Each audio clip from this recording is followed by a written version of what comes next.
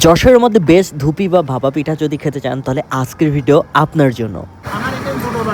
পিঠা বিক্রি করে যশোর শহরে তার আছে দুইটা বাড়ি। যারা যারা এই লোকটার পিঠে খেয়েছে তারা সবাই জানে এনার পিঠা যশোর শহরের মধ্যে বেস্ট। শুধু তাই নয় দর্শক, আমি আপনাদেরকে ওপেন চ্যালেঞ্জ ছুড়ে দিচ্ছি, তার পিঠা যদি খেয়ে আপনার ভালো না লাগে আপনার পিঠার টাকা আমি নিজে দিয়ে দেবো।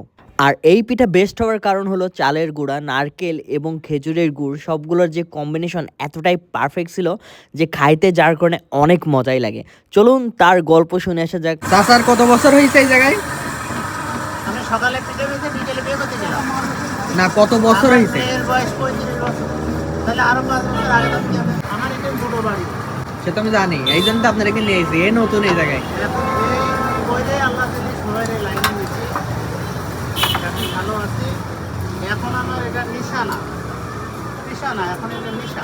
এই 40 বছর পিঠা বানানোর অভিজ্ঞতায় পিঠা বানানো এখন তার নেশা হয়ে গেছে, এটা আর পেশা নাই। এই পিঠা খেতে হলে আপনাকে রেলগেট তেঁতুলতলার কাছাকাছি চলে আসতে হবে এবং এখানে বাম সাইডে দেখবেন যে একটা চাচা আছে এইভাবে পিঠা বিক্রি করে এবং তার পিঠা যশের মধ্যে আসলেই বেস্ট। আপনারা কারা কারা এই চাচার পিঠা ট্রাই করছেন সবাই আমাকে জানাবেন এবং পিঠার দাম ছিল মাত্র 30 টাকা।